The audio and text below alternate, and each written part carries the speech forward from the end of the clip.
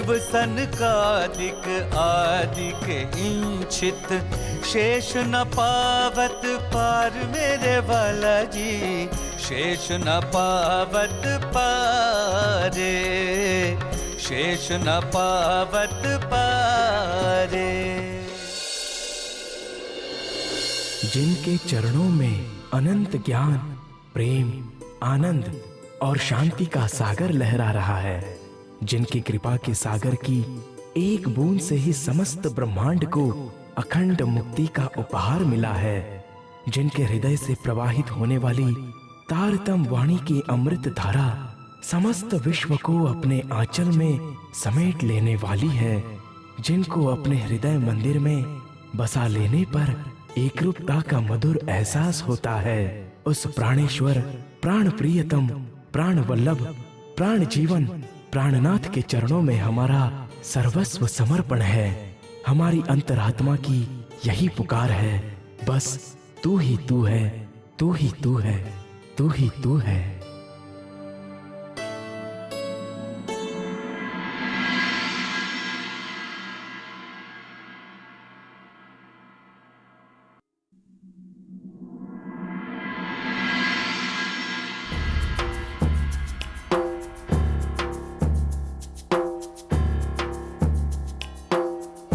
प्रणाम महंत जी। प्रणाम प्रणाम। आप लोग कौन हैं और आपके यहाँ आने का उद्देश्य क्या है? हम श्री प्राणनाथ जी के अनुयायी हैं और हम महाराज से मिलकर उन्हें वेद शास्त्रों के रहस्य समझाना चाहते हैं। कैसे रहस्य? यही कि क्षर अक्षर से परे अक्षरातीत परब्रह्म है, उसका दिव्य अलौकिक स्वरूप है। उन्हीं की शक्ति ब्रज व रास में श्री कृष्ण जी के तन में आई थी।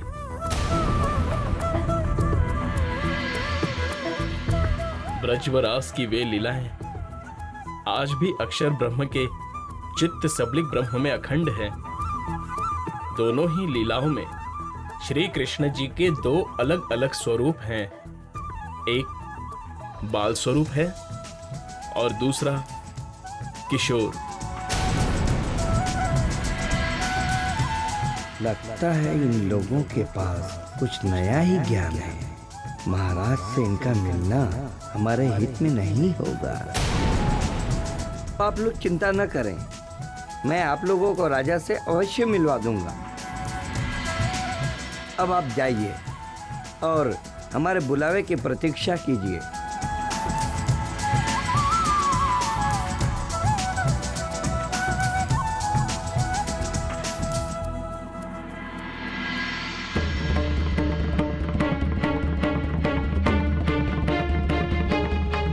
सेवक जी महंत जी।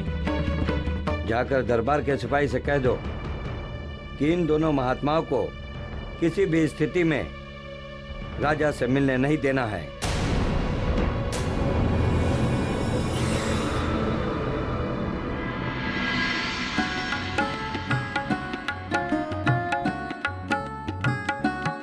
कई बंदे एक हादी के, जुदे पड़े कर जिद,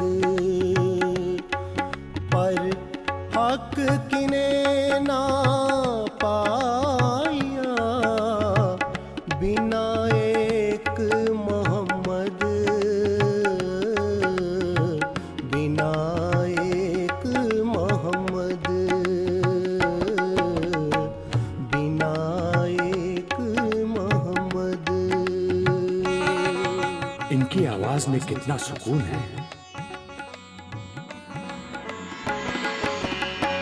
तबक चौदे ख्वाब के, खेल झूठा है सब, सो बका कौन करा वहीं, बिना एक मोहम्मद, बिना एक मोहम्मद। ऐसा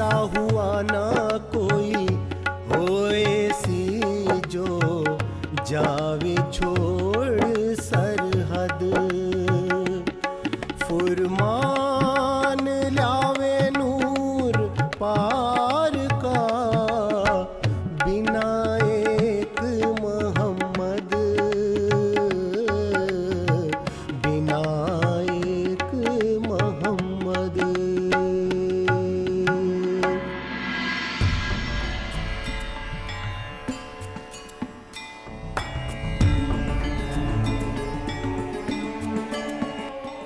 आपके कदमों में मेरी अर्ज पेश है, आप इनायत फरमाइए।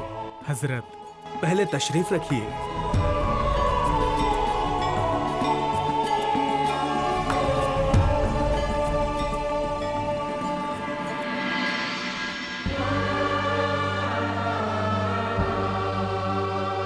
अब कहिए।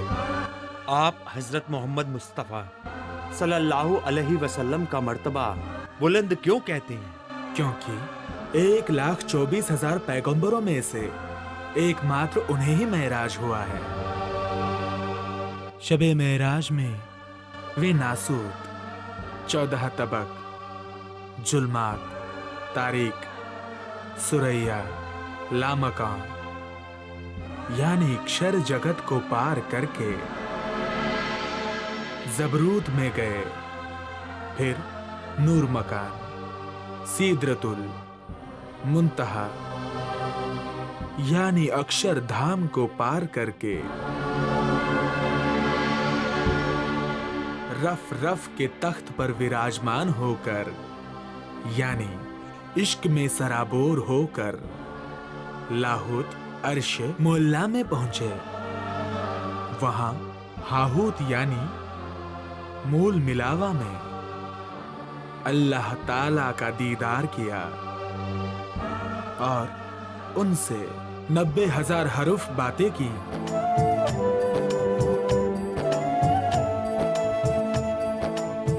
मेहर हुई मोहम्मद पर, खोले नूरत जल्ला द्वार, शब्बे मेराज में लेके दिया के दीदार।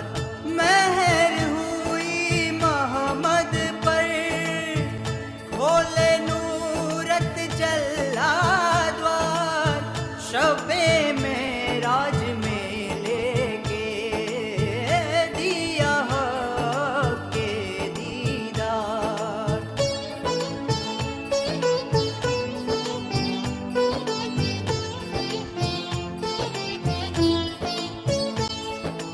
बिच बका के पहुंचिया, जित जले जबराइल पर, तित 90,000 हरफ सुने फिर जो मजबूर कर।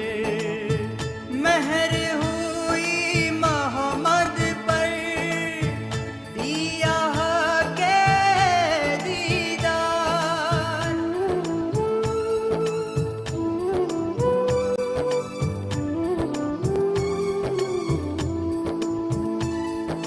हुक्म हुआ इमाम को, खोल दे द्वार रूह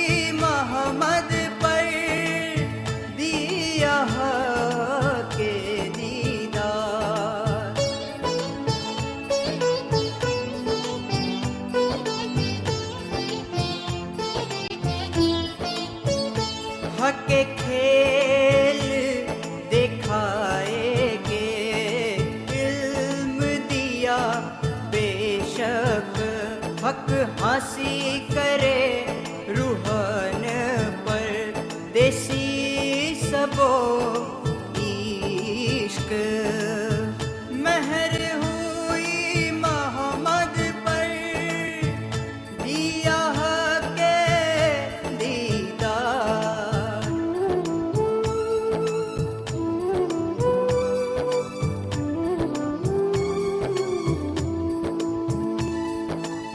मोहम्मद कहे मोमिनो, जीन हासिल कराओ तुम, याद करो बिच बका के, किया रब्द आगू खसम। मोहम्मद कहे मोमिनो, जिन हासिल कराओ तुम, याद करो बिच बका के, किया रब्द आगू खसम।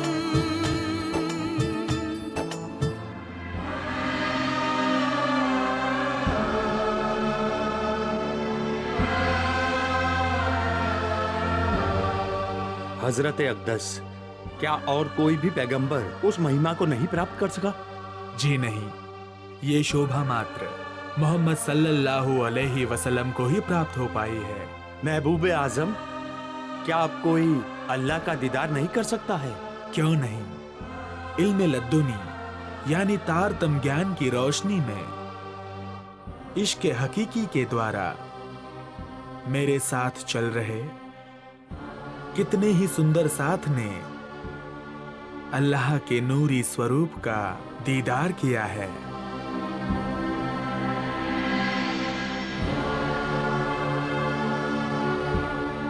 और भविष्य में भी अनेकों करेंगे। इसी को हदीसों में कहा है कि कियामत के दिन अल्लाह ताला का दीदार होगा। ऐ हदी आजम, आप जो कुछ भी कह रहे हैं वो बिल्कुल सही है, इस पर मुझे पूरा विश्वास है। मेहरबानी करके हमें इल्म लद्दुनी के कुछ और भी कलाम सुनाइए।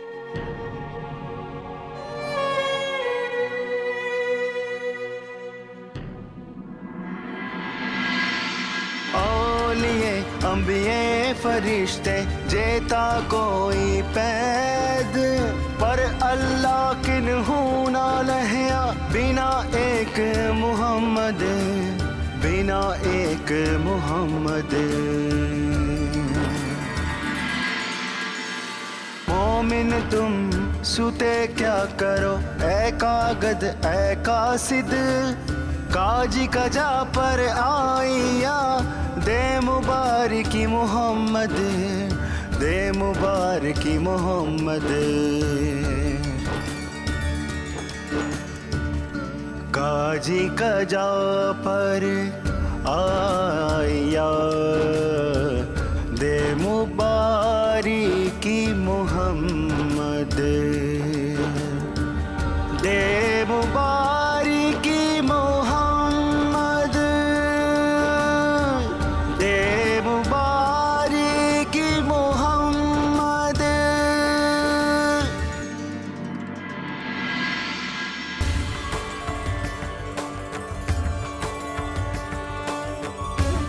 बिना एक मोहम्मद, बिना एक मोहम्मद, बिना एक मोहम्मद।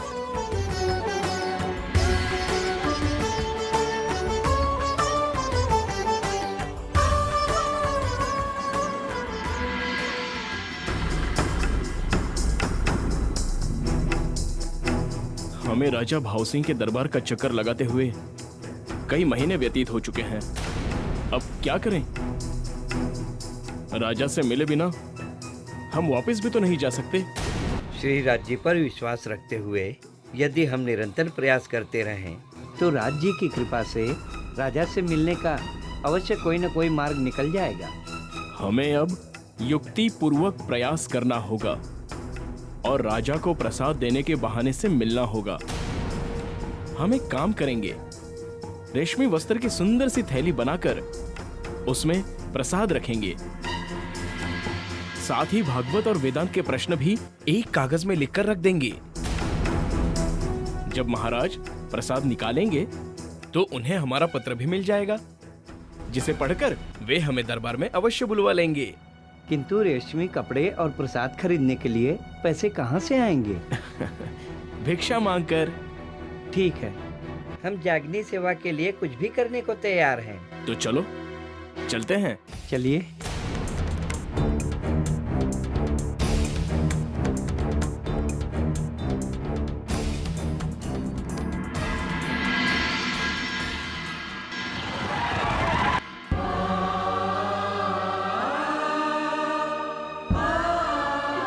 धामधनी, हम लुट गए, बर्बाद हो गए।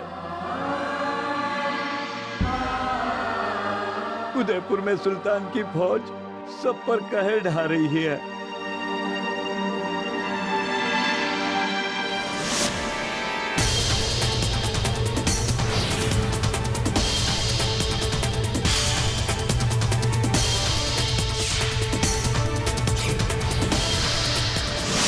उनके जुल्म सितम से सारी प्रजा अत्यंत पीड़ित है।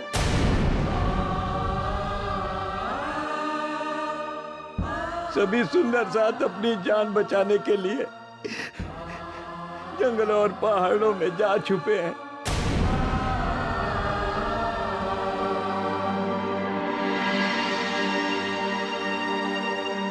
कई सुंदर साथ भूख और प्यास से तड़प रहे हैं। कई घायल और रुग्ण हैं। रक्षा कीजिए धामधनी, रक्षा कीजिए।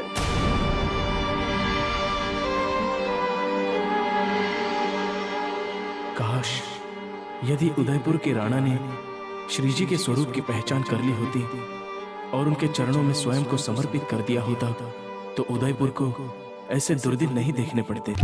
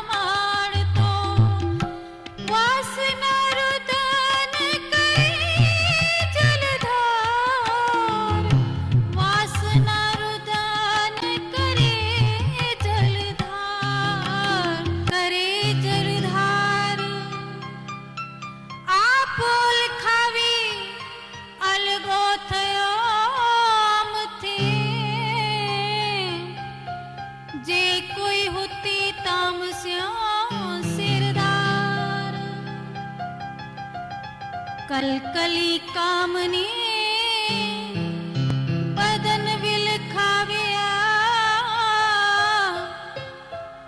पतिव्रता पल अंग थाय नहीं अलग्यो ना काई जारवंत्यो बिना जार पात्रियों पियो थकी अमेजे अभागणियो रयो अंग दाग लगावन हार स्यारे एवा कर्म करया हता कामने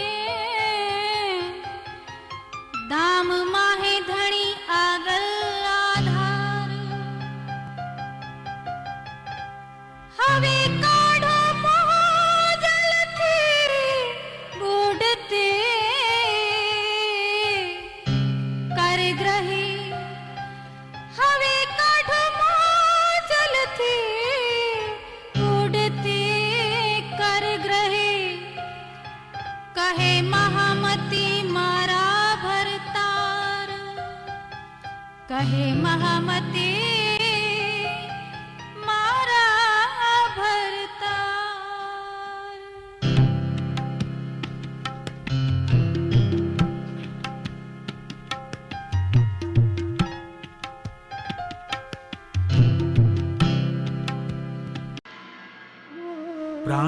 दुर्लभ अक्षराती, विरह के रस में डूबी हुई हम आत्माएं विरह का खेल देख रही हैं, रोते हुए आंसुओं की धारा बहा रही हैं।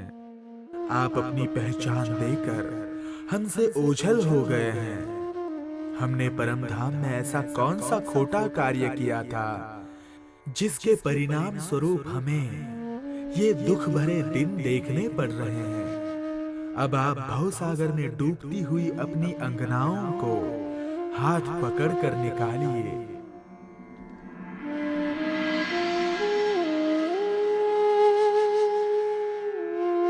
कृपाराम जी, आप चिंता मत कीजिए, धाम धनी की कृपा से सब ठीक हो जाएगा।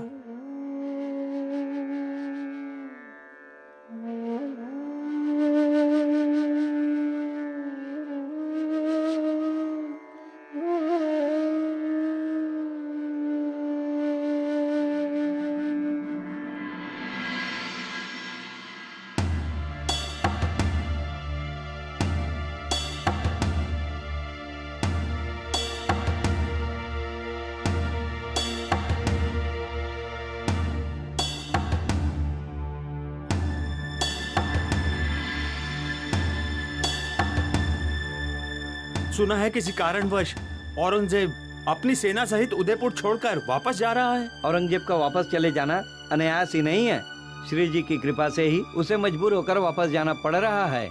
बोलो श्री प्राणनाथ प्यारे की जय, श्री धाम के धनी की जय, श्री जी साहेब जी की जय, बोलो प्राणनाथ प्यारे की जय।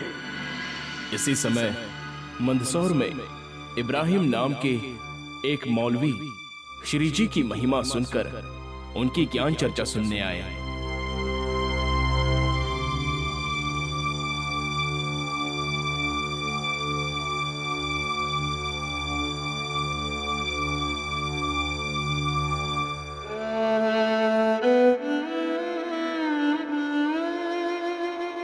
या हादी साहिबुज़्ज़मा, आपका इल्म बा कमाल है। आपसे अर्ज है कि हमें भी कोई सेवा का मौका दें।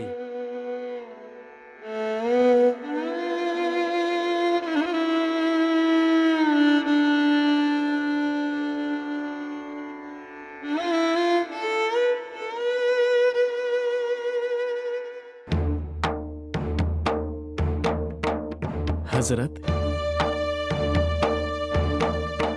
क्या आप हमारे लिए कुरान पाक की तफसीर हुसैनी का हिंदी भाषा में अनुवाद कर सकते हैं? इससे हमारे सुंदर साथ सुगमता से कुरान का मनन चिंतन कर सकेंगे। जरूर, इसके लिए आपका बहुत बहुत शुक्रिया जो आपने मुझे इस खिदमत के लायक समझा।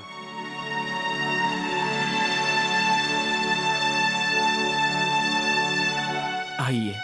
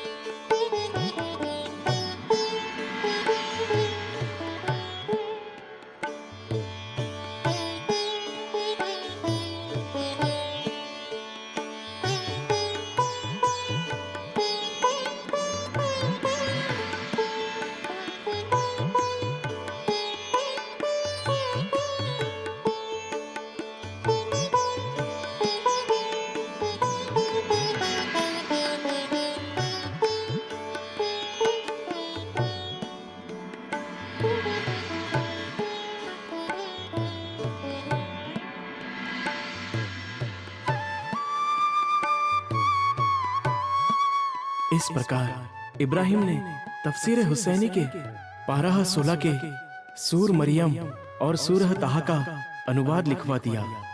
उसके पश्चात लिखवाते हुए वे अचानक रुक गए और कहने लगे, दरवेश हजरत, मालूम होता है यहाँ पर किसी राफजी ने गलत लिख दिया है। नहीं जनाब, तफसीर हुसैनी की बात गलत नहीं हो सकती।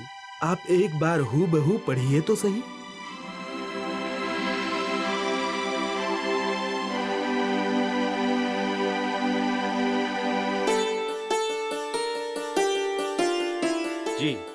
यहाँ बयां किया है कि जो कोई अहले उम्मत में होगा तो उसकी इबादत परवरदिगार कबूल नहीं करेगा। जनाब, यहाँ जो लिखा है वो बिल्कुल सही लिखा है, लेकिन आप उसका मायना नहीं समझ पा रहे हैं। उसका मायना ये है कि अगर कोई आदमी इबादत करते वक्त तकवा यानी इश्क ईमान के भाव में नहीं डूबा होगा तो खुदा ताला उसकी इबादत कबूल नहीं करेगा।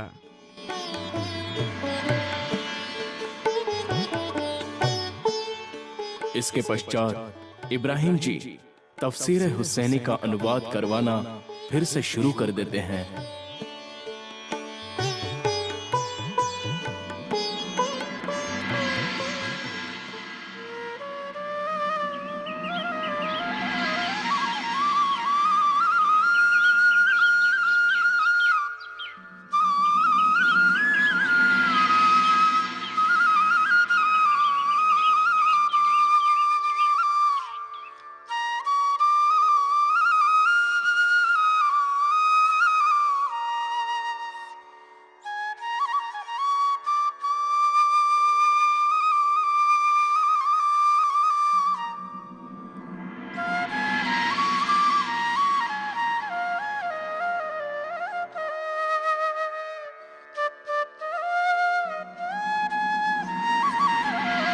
ये रहा प्रसाद और ये रहे प्रश्न।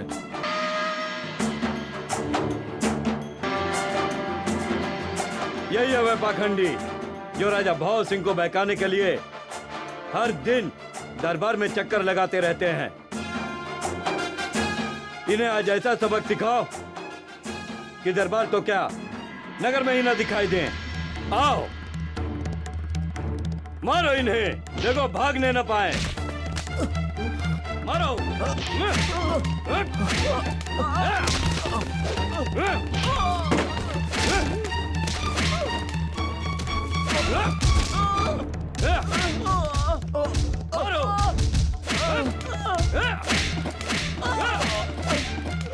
मारो और मारो।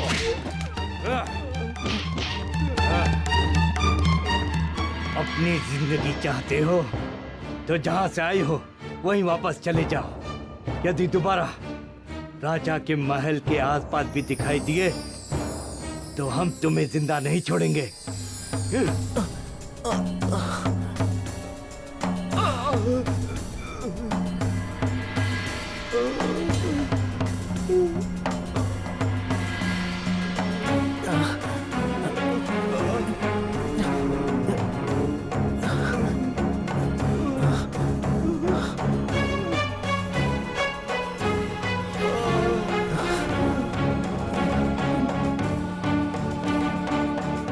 लगता है इस पंडित के अंदर कल शैतान घुस गया है, इसलिए अब हमें बहुत ही सावधानी से कार्य करना होगा।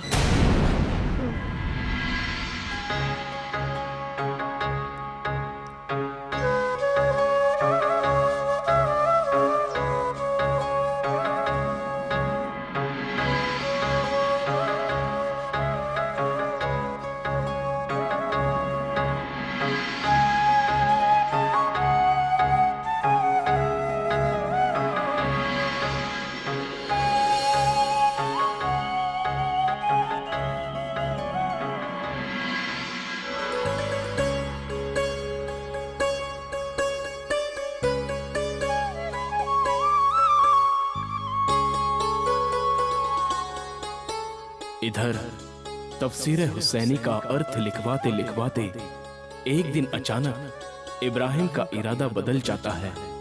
उसके दिल में विचार आता है, ये तू क्या कर रहा है इब्राहिम? इन हिंदू वैरागियों के लिए कुरान का तर्जुमा करना ठीक नहीं है।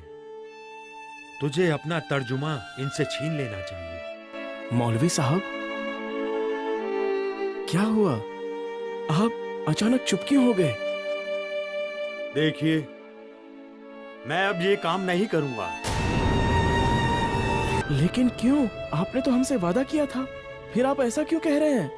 शरीयत ये इजाजत नहीं देती। कि किसी गैर मुस्लिम के पास कुरान का तर्जुमा हो। इससे तो कुरान पाक के दुरुपयोग होने का अंदेशा है।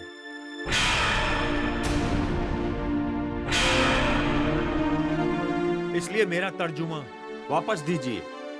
लगता है इसके मन में पाप आ गया है, इसलिए मुझे यह तर्जुमा सुरक्षित कर लेना चाहिए।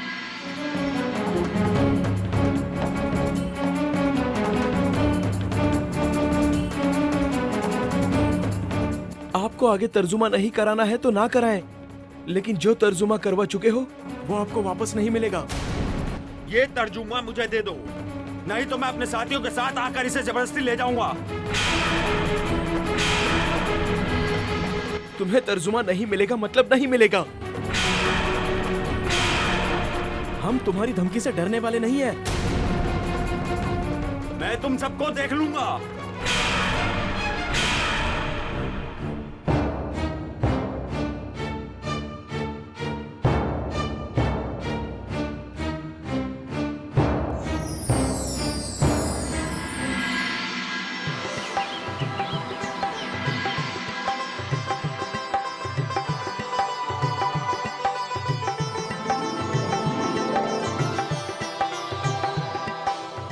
राजा भाव सिंह कुछ ही पल में यहाँ आते होंगे, इसलिए अब हमें अंदर छिपकर बैठ जाना चाहिए। जैसे ही राजा यहाँ आएंगे हम उन्हें यह प्रसाद की थैली दे देंगे। ये ठीक रहेगा। आइए चलो।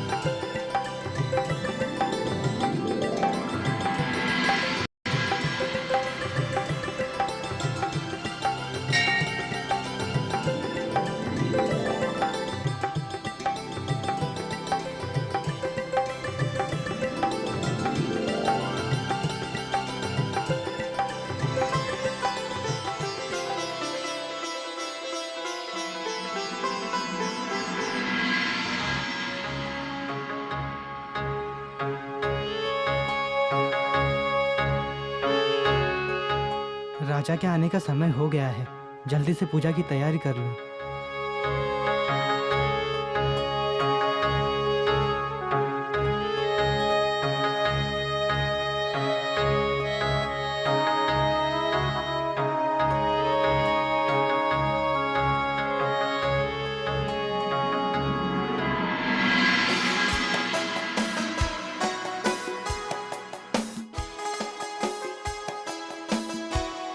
महाराज की आज्ञा हो तो पूजा आरंभ करें।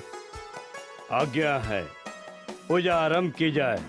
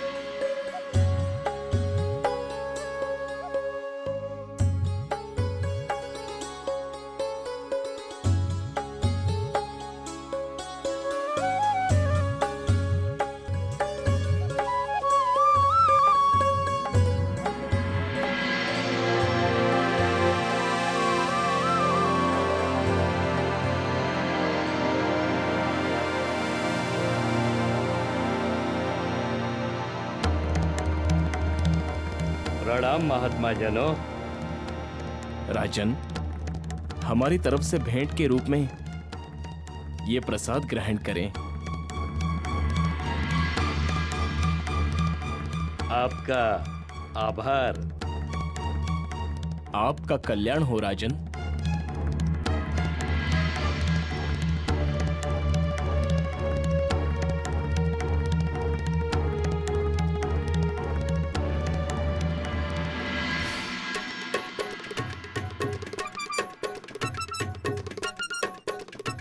अरे कौन हो आप लोग? यहाँ कैसे आ गए?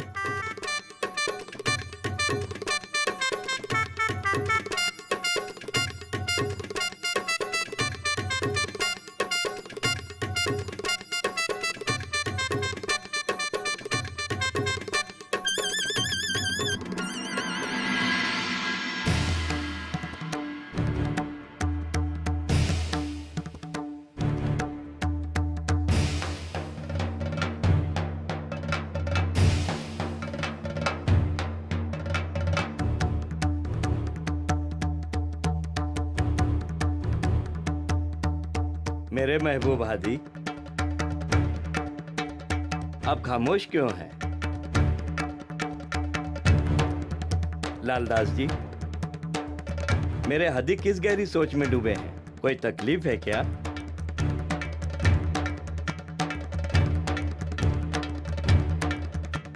पठान साहब, कल तर्जुमा कराते समय अचानक ही इब्राहिम की नीयत में खोट आ गई। उसने तर्जुमा करने से इनकार कर दिया और कराए हुए तर्जुमे को वापस मांगने लगा। जब हमने उसे तर्जुमा देने से इनकार किया तो अपने साथियों सहित आकर झगड़ा करने की धमकी दे गया। उस गुस्ताख खबीज की इतनी जरूरत? उसे अभी सबक सिखा कर आता हूं। इसी मंदसौर के बीच उसको सीधा न किया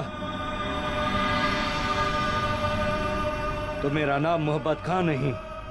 नहीं मोहब्बत खां, हम ये नहीं चाहते कि हमारी वजह से किसी को कष्ट पहुंचे। हम तो बस इतना चाहते हैं कि आप उन्हें एक बार समझा दें। आप चिंता न करें मेरे हादी, हमारे होते हुए कोई भी ऐरा गहरा नत्थु गहरा आपसे ऊंची आवाज में बोल जाए तो हम पर लानत है।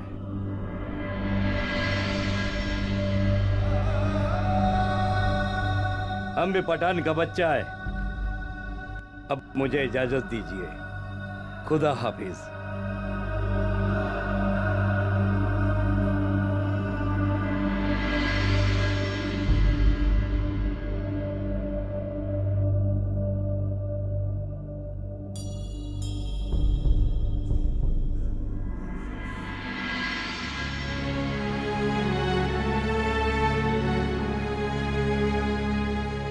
मियाँ, लगता है आज आप किसी खास दावत में जा रहे हैं। ऐसा ही समझ लो। मैं उस्मान के बेटे नाजिर का निकाह पढ़ाने जा रहा हूँ। खुदा हाफिज। खुदा हाफिज।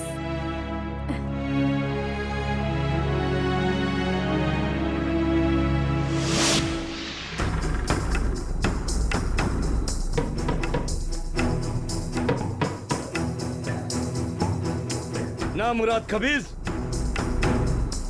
इब्राहिम के बच्चे, अरे कहाँ छुप कर बैठा है? बाहर निकल, नहीं तो मैं अंदर आता हूँ। खान साहब, मौलवी साहब तो घर पर नहीं हैं। कहाँ गया है इब्राहिम? जी, वे तो उस्मान पठान के बेटे नासिर का निकाह पढ़ने गए हैं।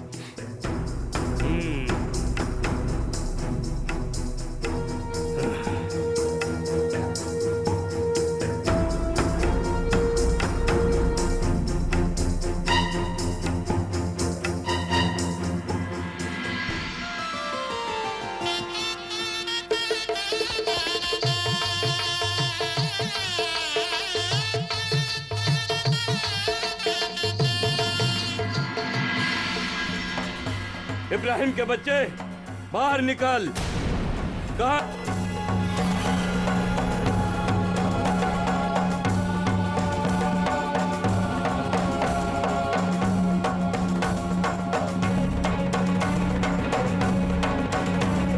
ना मुराद पाजी, तेरी इतनी जरूरत कि हमारे हादी से बेअदबी से बोले? आज ये पठान का बच्चा तुझे तमीज सिखाएगा।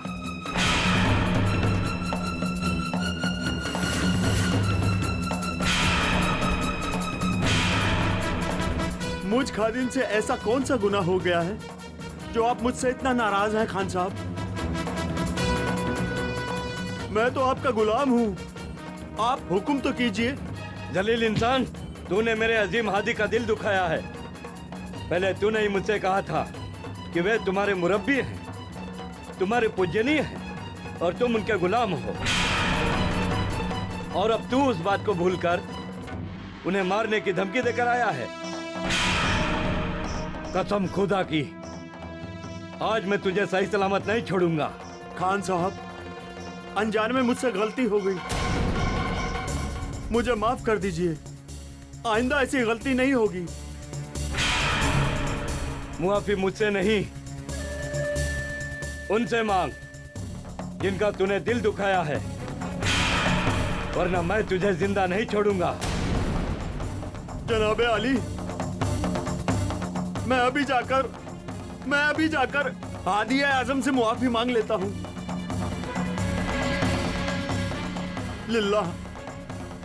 लिल्लाह मेहरबानी करके मेरी जान बख्श दीजिए। सिर्फ हादी साहिब बुज़्ज़मा से ही नहीं, बल्कि तुम्हें हर एक सुंदर साथ से भी माफी मांगनी होगी। हुजूर, आप जैसा कह रहे हैं मैं वैसा ही करूंगा। नूर मोहम्मद जी, यहाँ ऐसा और कौन है जो कुरान का तर्जुमा करवा सकता है? इब्राहिम का भाई है जो ये काम कर सकता है।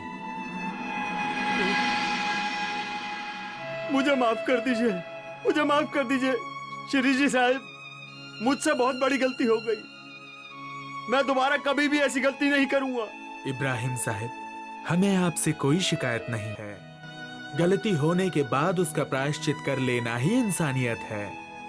आपका बहुत बहुत शुक्रिया। आप वाकई मेहरबान हैं।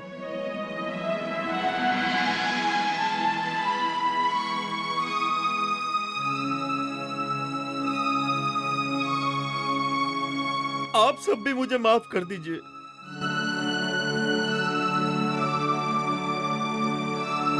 मुझे माफ कर दीजिए।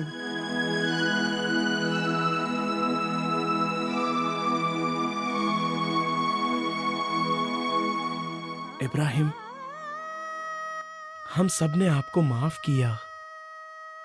अब आप जा सकते हैं।